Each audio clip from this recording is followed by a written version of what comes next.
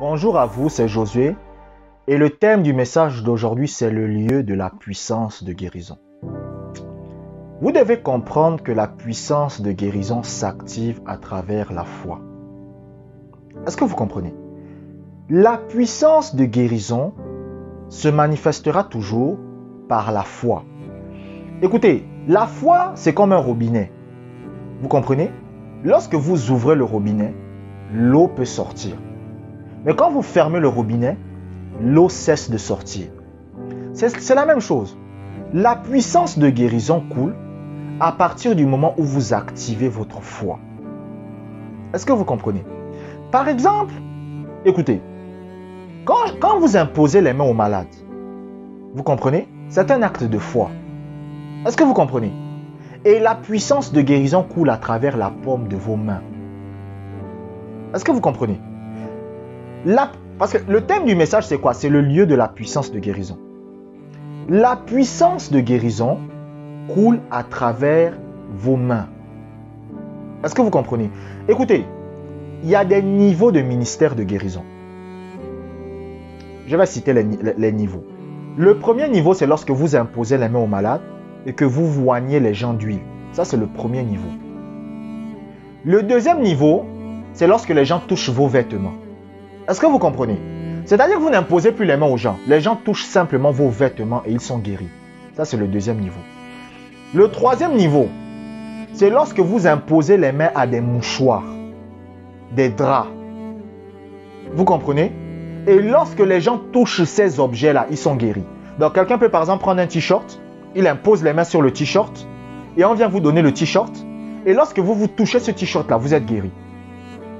Le quatrième niveau, c'est vous ne faites plus rien. Vous comprenez? Vous ne faites plus rien. Ça, c'est le niveau de Pierre. C'est là où votre ombre guérit déjà même les malades. C'est là où vous serrez la main aux gens et ils sont guéris, sans que vous n'ayez rien fait. Il y a plusieurs niveaux de ministère de guérison. Mais maintenant, vous devez comprendre que la puissance de guérison de base coule à travers quoi? L'imposition des mains d'abord. Vous comprenez? Et qu'est-ce qui active la puissance de guérison? C'est la foi. Vous comprenez? C'est la foi. Parce que, écoutez, il faut de la foi pour imposer les mains à quelqu'un qui a un cancer. Quelqu'un qui a une maladie incurable, vous venez, vous l'imposez les mains. Je vous ai dit, ce n'est pas votre rôle de savoir si la personne n'a pas été guérie, si la guérison ne s'est pas manifestée, ce n'est pas votre rôle. Est-ce que vous comprenez? Ce n'est pas votre rôle. Vous encouragez la personne à persévérer dans la foi et vous allez de l'avant. Un jour, j'ai imposé les mains aux malades à quelqu'un et cette personne n'a pas été guérie. Et j'étais triste dans mon cœur. J'étais malheureux. J'ai dit, mais Seigneur, pourquoi? Et dans mon cœur, je me disais, mais je suis un nulard. Je suis un tocard. Je suis le plus rigolo des hommes de Dieu. Vous savez ce que le Seigneur me dit? Le Seigneur me dit, est-ce que tu connais Lionel Messi? Je dis, oui, je connais Lionel Messi. Il me dit, est-ce que c'est parce que Lionel Messi a raté un match que c'est un joueur nul? J'ai dit non.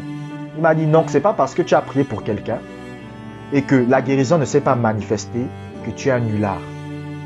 Lève-toi et continue. Et c'est comme ça que je continue à persévérer. Et j'impose les mains aux malades. Il y a d'autres qui sont guéris, parfois pas, d'autres guéris, d'autres guéris, d'autres guéris, parfois non, d'autres guéris, parfois non. Donc, il ne faut pas vous décourager. Mais qu'est-ce qui active la puissance de guérison? C'est la foi. C'est la foi. Donc, même si vous avez imposé les mains à quelqu'un et la guérison ne se manifeste pas là, mais ne vous découragez pas. Maintenant, où se trouve la puissance de guérison? La puissance de guérison de Dieu se trouve en vous.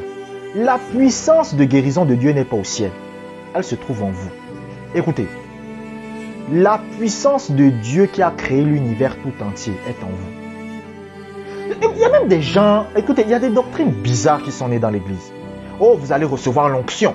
Reçois l'onction. Et les gens tombent. Oh, j'ai reçu l'onction. La Bible dit, l'onction demeure en vous. C'est ce que la Bible dit. La puissance de Dieu demeure en vous. Écoutez ce que Paul dit. L'apôtre Paul va dire, si celui qui a ressuscité Christ d'entre les morts demeure en vous.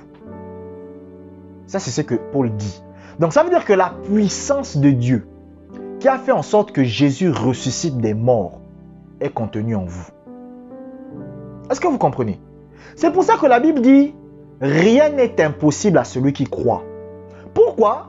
Parce qu'à partir du moment où vous pouvez croire, tout peut se faire.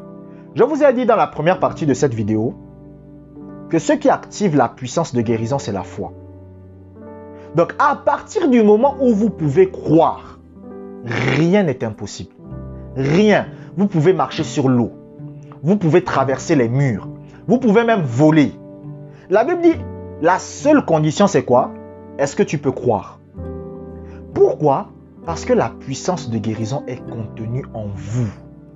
La puissance de guérison de Dieu n'est pas au ciel. La puissance de guérison de Dieu, écoutez, c'est pas quelque part dans le ciel, non, c'est en vous. C'est déjà contenu en vous.